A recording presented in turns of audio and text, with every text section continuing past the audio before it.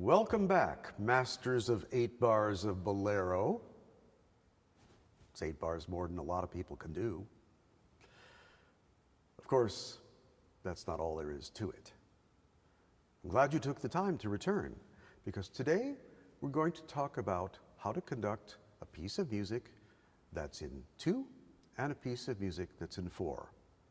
You already remember that. Pretty simple. 2, down, up, not very hard. 4, a bit more complicated. Down, left, right, up, down, left, right, up.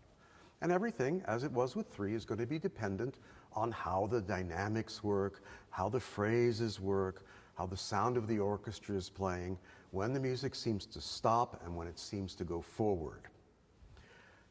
But this time, we're going to have 2 different excerpts for you to learn.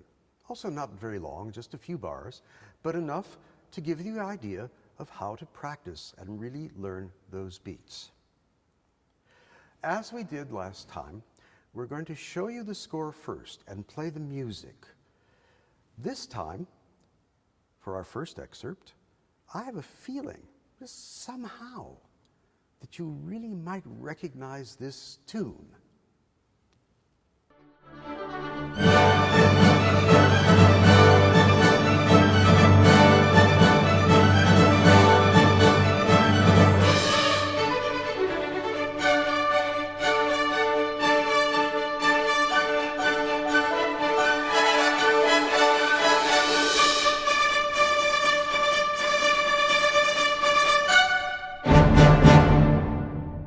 Yes, it's our theme and exit music, The Hoedown from Rodeo by Aaron Copland.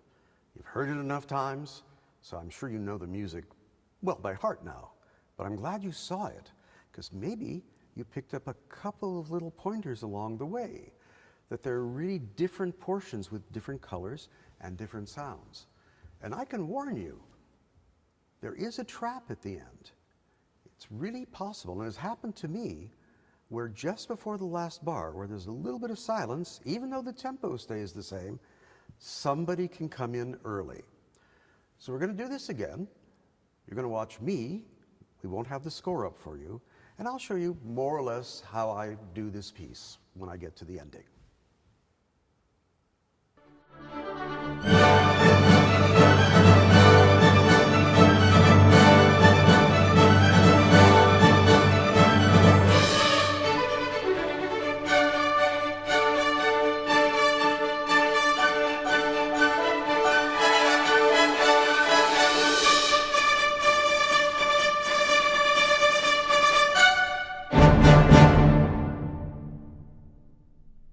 Pretty fancy. You don't have to do it that way. I put in a little extra beat there just to show that that phrase was ending. All you really have to do is conduct in 2, keep the intensity, think about where the violins are playing, think about where the trumpets are, and as you look at the score while you're conducting, see those little, I don't know what to call them, musicians call them accents. I guess we do too when we read a book. There's little accents, because they give us the syncopation. Ba-ba, ba-ba. They don't come on the beat, they come after the beat. See if you can get that into your conducting as you take the podium.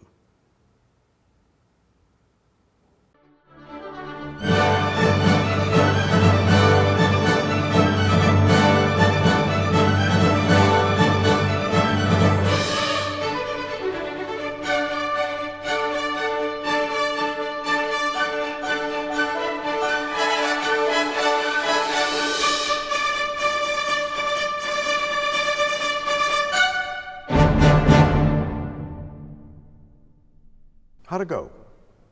Thought the orchestra played pretty well for you. Maybe you could have adjusted a few things, and since you can back up, you can try it again, over and over. You might prefer a faster tempo than I chose, even a slower one.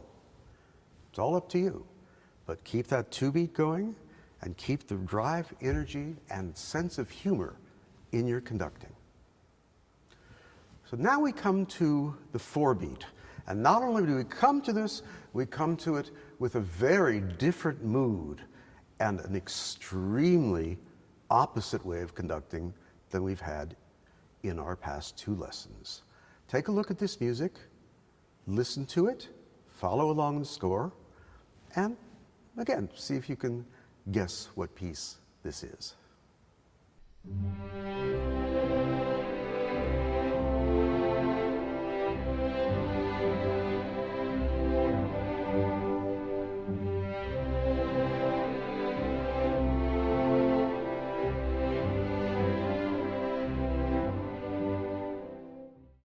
Of course, the beautiful melody that occurs in the last movement of the First Symphony of Brahms.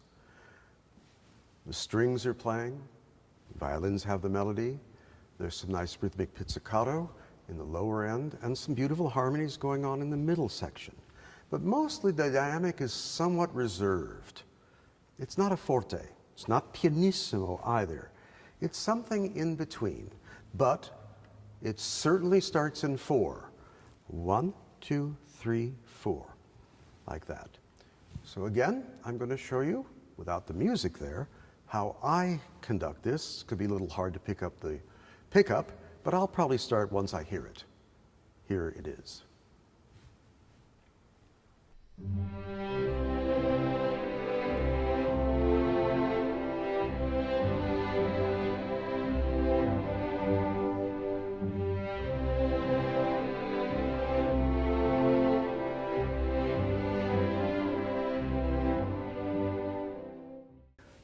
I'm going to do it again.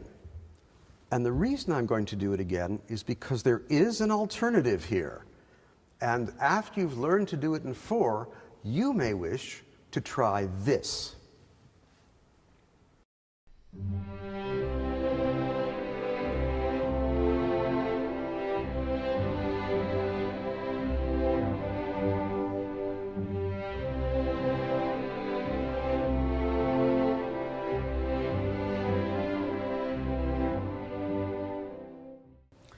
Yeah, I went into 2. I gave it a broader sense of beat. I gave it a different sense of style. It's up to you, whatever you're more comfortable with, whatever you feel fits the music best. Think about it. We'll put the score up again for you, and now it's your turn.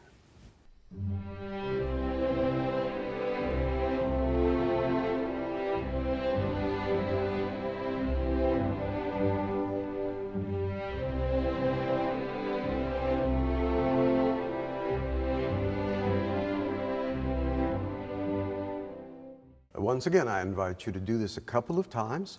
Try it in different ways. See how comfortable you feel or uncomfortable. Keep your independence of hands as much as possible. Be expressive in this music.